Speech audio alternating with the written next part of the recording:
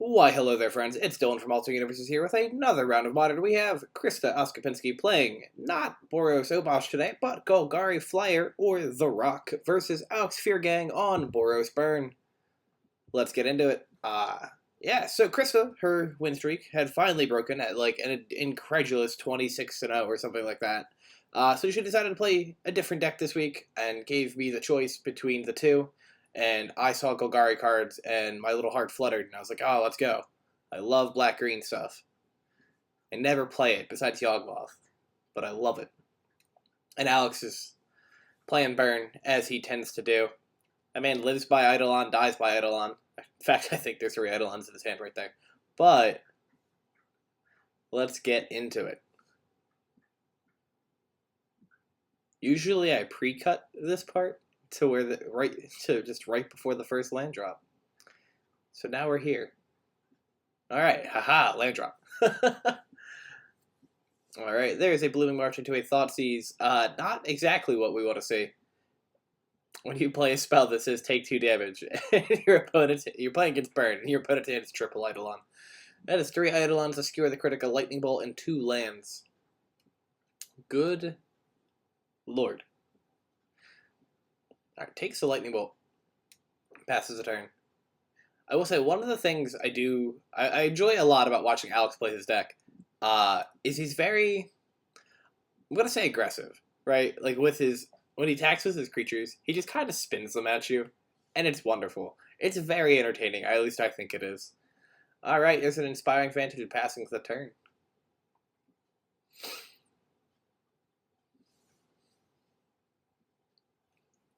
I wonder if there's an argument to lead on the tap Sacred Foundry and just not bluff the bolt, but who knows. I am not a Burn player. There's a Tarmogoyf coming out. Goyf is currently a 2-3? Something like that. There's an Eidolon coming out. I don't know Goyf's like stat line. Is it 0? Is it asterisk +1 on the toughness? I think it is. So yeah, it should be a 2-3.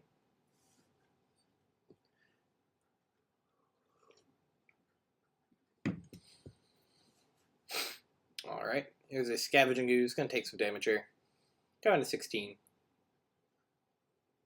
And just passes the turn. Now, Ooze is gonna be actually really good for combating the Burn stuff.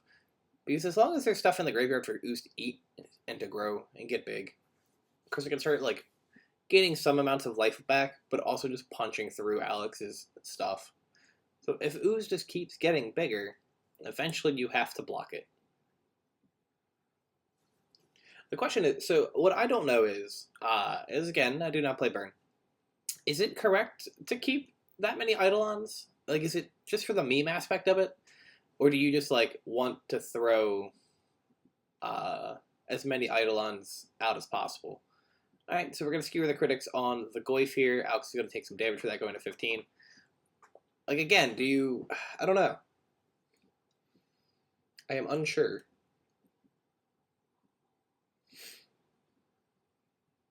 Or is the idea behind, like, or is it the idea is that you keep one in play, right?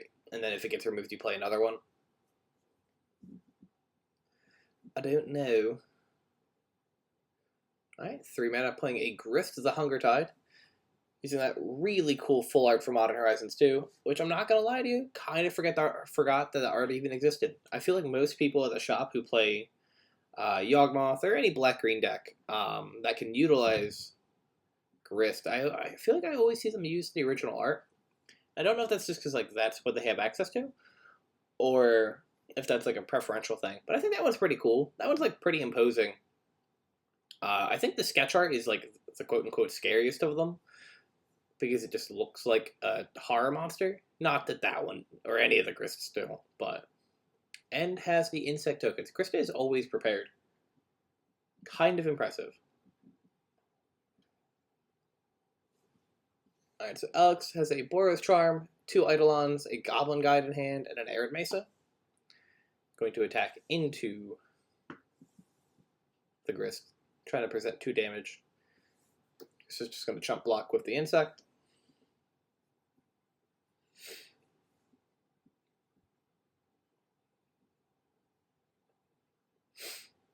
And we'll just Boros Charm the Grist, take some damage because of Eidolon of the Great Rebel. Going to fetch and play a second Eidolon, taking some more damage.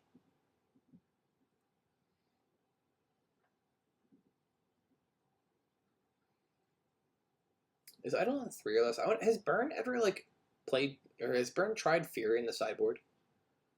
He excited in his post up on Eidolons for a little bit, and then Fury. Because I feel like Eidolon probably overperforms in matchups where you can, like, kill their creature base, and then just force them to play spells into the Eidolon. I don't know. Again, my Burn knowledge is very limited. Like, I understand the basics of Burn, and I've played against the deck a bunch of times, but the times I've played against it are usually an Amulet Titan, and unfortunately that's just kind of like not a real match.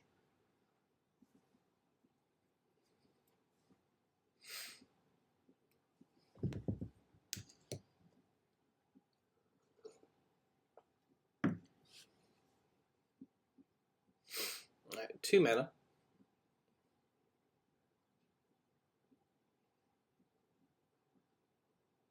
Cast a Wither Bloom command. So it's going to take 4 damage from the Eidolon. It's going to 8. I imagine she's going to choose the mode where she drains 2 from Alex, so she'll go back to 10, and Alex will go to 5 here. And then I guess the other mode would be to mill cards, add back. Is it a creature or a land, or is it just a land?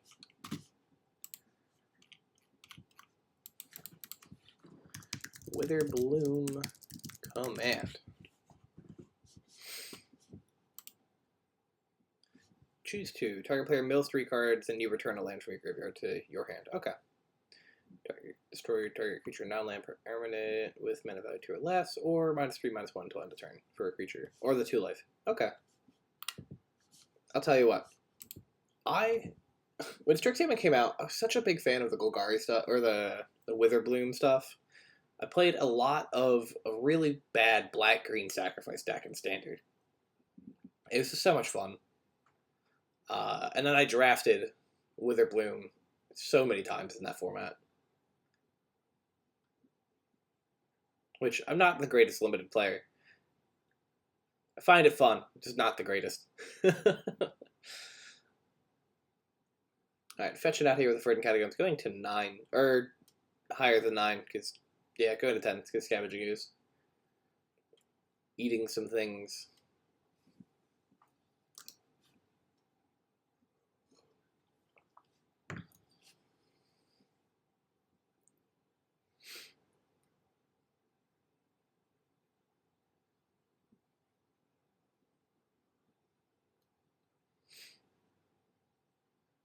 Alright, draw for turn. You see what I mean though? The aggressiveness of they just move up. His creatures just move forward. I've literally seen him spin a Monastery Swift Spirit somebody as if to attack with it. And I love it. It's very entertaining. It gives me life.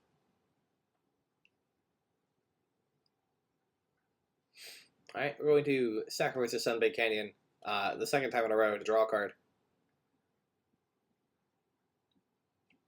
Plays another Sunbaked Canyon.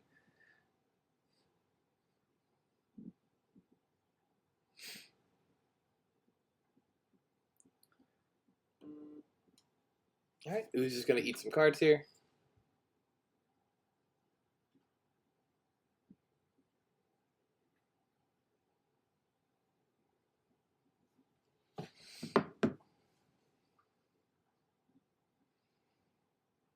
Eat some cards, gain some life. It's very interesting, back and forth of just passing here. They're doing things, right? Alex is drawing cards off the Sunbaked Canyons because he keeps drawing them. Krista's gaining life. Here's another Scavenging Ooze. It's going to take 4 to go to 8.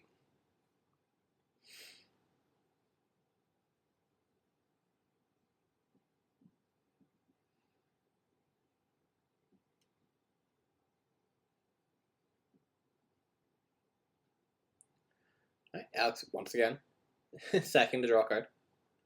Has a Lava Spike in his hand. The problem is, all of those cards, while they could be used to kill Krista, will kill him with the Eidolon trigger.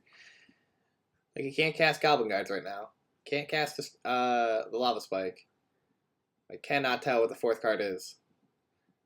That shuffle was quick and fierce. Alright, attacking in for 5 here. Immediately chump blocks.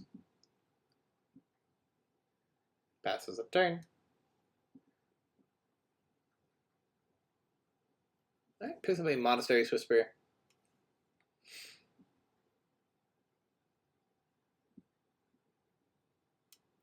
Plays an Eidolon, going to 3.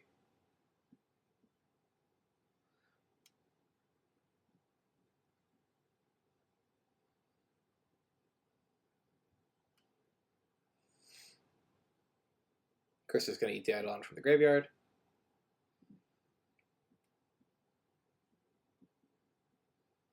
Picks up what looks like a Duress, which I'm here for. I'm here for Duress in the main board.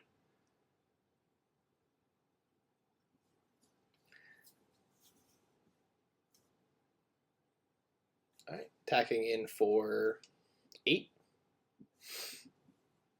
Just going to force both blocks.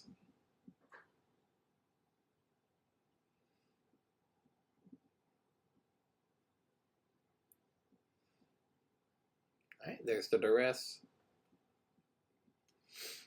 Using a really cool foil one, too.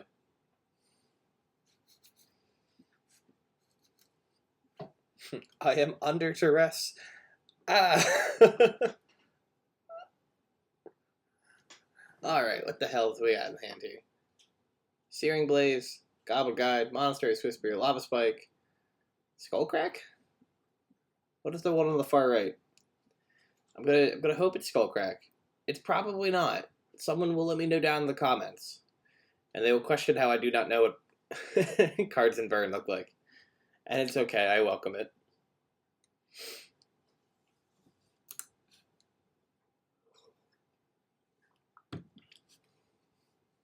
My favorite thing was the one time I think the first time we had Burn on camera, I referred to Lava Spike as Searing Blaze or something like that, or vice versa. And someone in the comments was like, how do you not know this card? And I was like, I'm sorry, I promise. I don't know, I'm sorry. Krista is casting a card that I do not know the name of, but you get to mill 5 cards in return, or you look at the top 5 cards and you can either add a land or a creature to your hand and put the rest in the graveyard. So she's going to add a copy of Torok Dread Cantor to her hand. And yeah, let's see what we got. Alex is going to draw and sack the 4 Sunbite Canyon. And it's going to scoop it up, unable to beat the board of double Scavenging Ooze. And we're going to be right to game 2 in just a second, folks.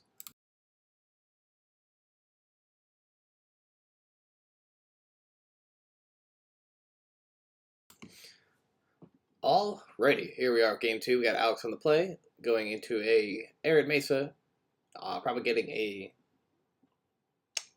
Oh my god, what is the Shockland? No, no. Alright, well he got a mountain, but why can't I remember the Shockland's name? I'm awful. Alright, well he played a Monastery's Whisper, attacked for 1, untapped Sacred Foundry, thank you. Holy crap. Wow, that was bad. There's a Rest in Peace, getting a Prowess trigger. Attacking in for 2. That Rest in Peace is probably going to do some work. Because I don't know if Krista would have brought in any enchantment interaction. I guess Assassin's Trophy. Does Assassin's Trophy pull up permanent? Yeah, it does. Good to get an Overgrown Tomb.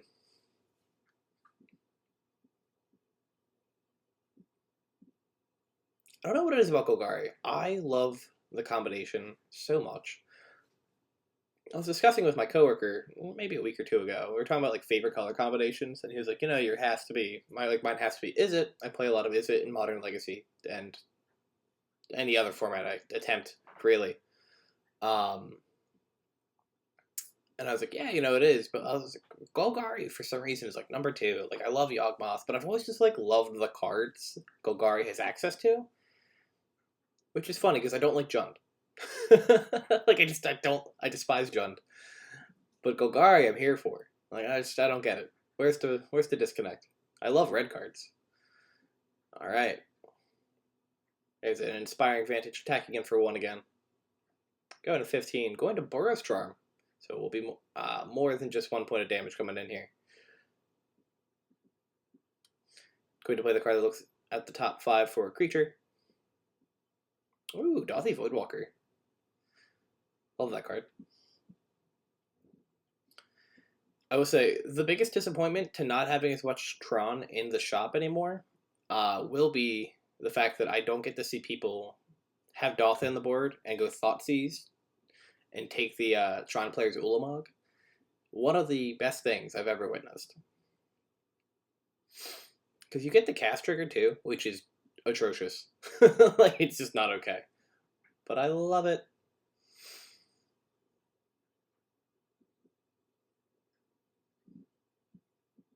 Alright, here comes Grist the Hunger Tide. Attacks in, blocks, Eidolon. Alex is at a pretty good life buff right now. Life buff. He's at a higher life total, which is nice. It's 17. To Krista's 10. He's going to fetch. The Verdant's exiled. But, tomato, tomato. I'm sure they'll catch it. Get the swamp.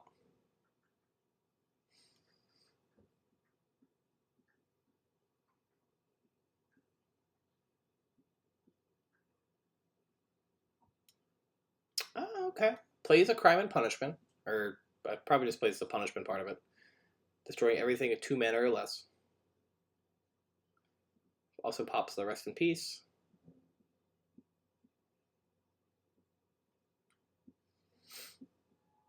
And didn't have to take any damage because the CMC was 4 on the card. Krista activates, makes a plant. Going to Bolt Krista. Puts her to 6. Going to play Roiling Vortex. The card that gives me so much pain whenever we're doing this stuff. I'm pretty attentive when we have stuff going on. I do miss stuff from time to time, but let me tell you, Roiling Vortex means I have to pay so much attention, because every upkeep, someone's taking damage. As long as the burn player remembers to trigger it, but...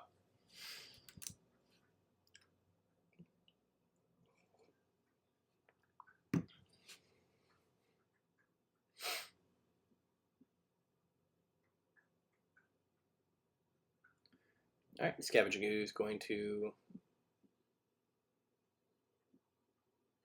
Oh, alright, cool. A little bit of a miscommunication there between the two of them about when the Rolling Vortex was activated, but it's all good.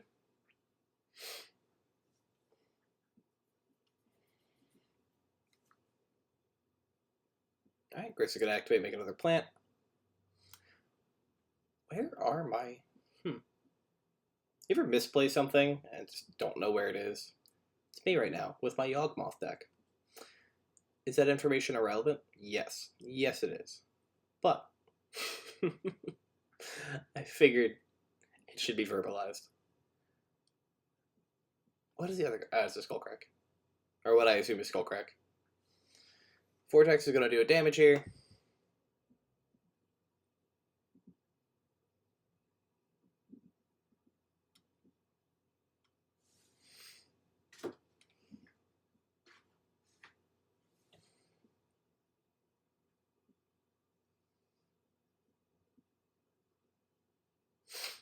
Alright, tapping 2 mana for an Assassin's Trophy on the Rolling Vortex.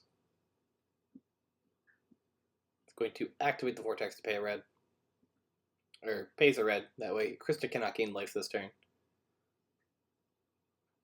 And then goes and gets a basic.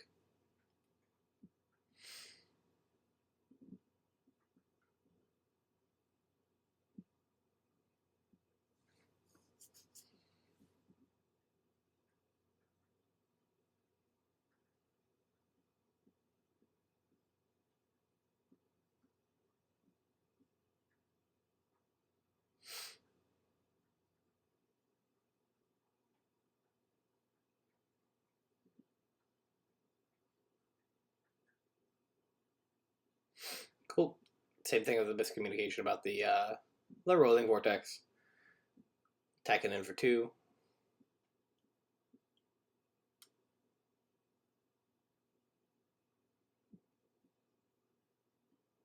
Picks up an Inspiring Vantage for turn. Right, Skull cracks Krista. in response to the activation of Skoos. Can't she activate Skoos in response to Skullcrack? Is Skullcrack like split second? I just don't know about it.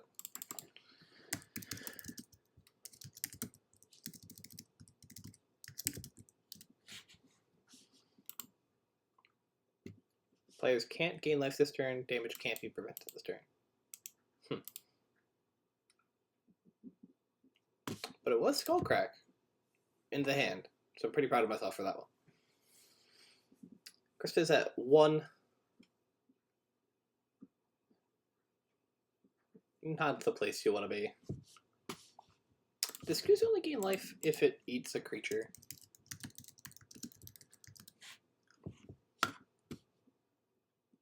Yes.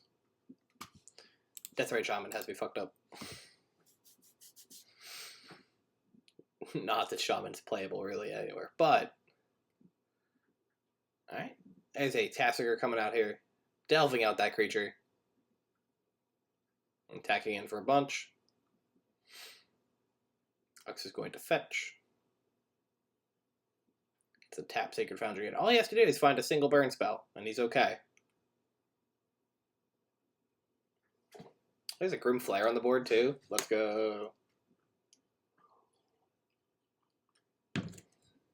And there's a Searing Blaze off the top, meaning Alex is going to take Game 2, and we will be right back with Game 3, folks.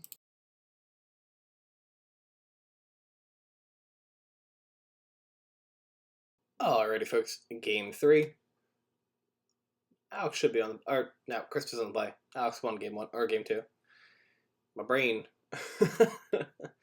Draws a Sacred Foundry for turn. Puts it inactive. Lava Spikes Krista. 17 to 18. Pass the turn.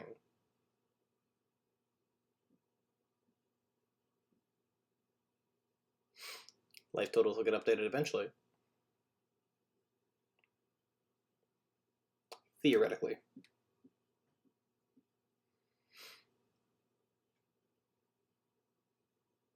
Oh, this might be when I was answering a judge call. Right, fetching out here with Verdant Catacombs. Going down to 16.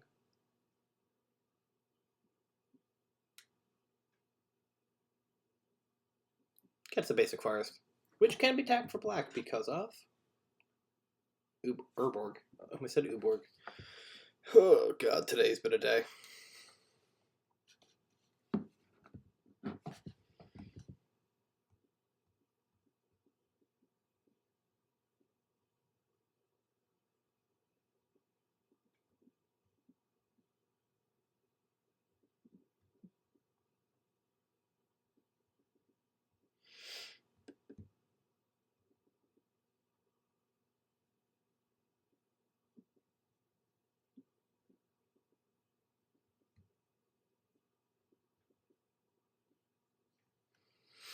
Alright, we have an Eidolon out. We got a Grist out. We got some insect tokens going.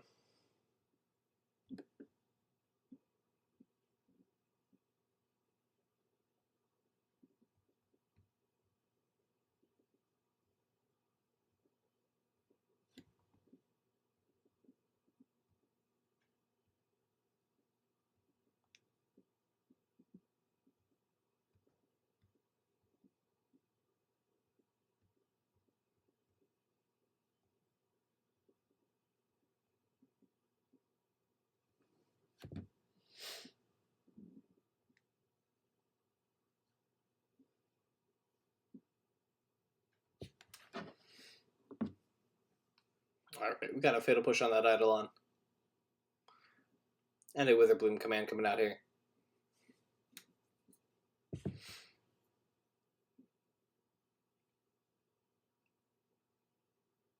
Going to drain 2 and then buy back a land.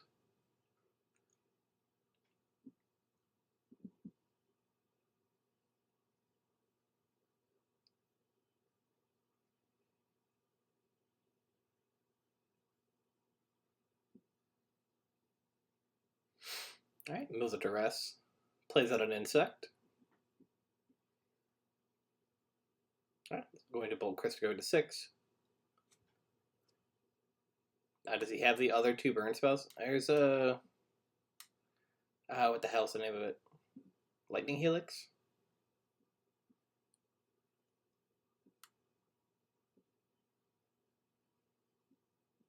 Skull Krista. Put her down to 3. And passes the turn.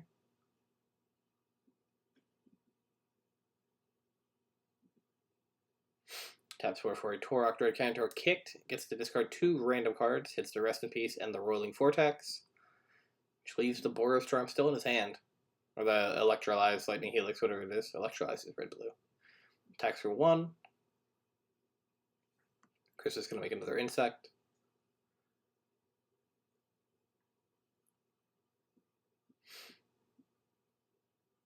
And passes a turn. Alex is going to cast the Lightning Helix for lethal, and it's going to take it 2-1 against Krista, with Burn beating Golgari, the Rock. Have a great rest of your day, folks. Thank you for watching.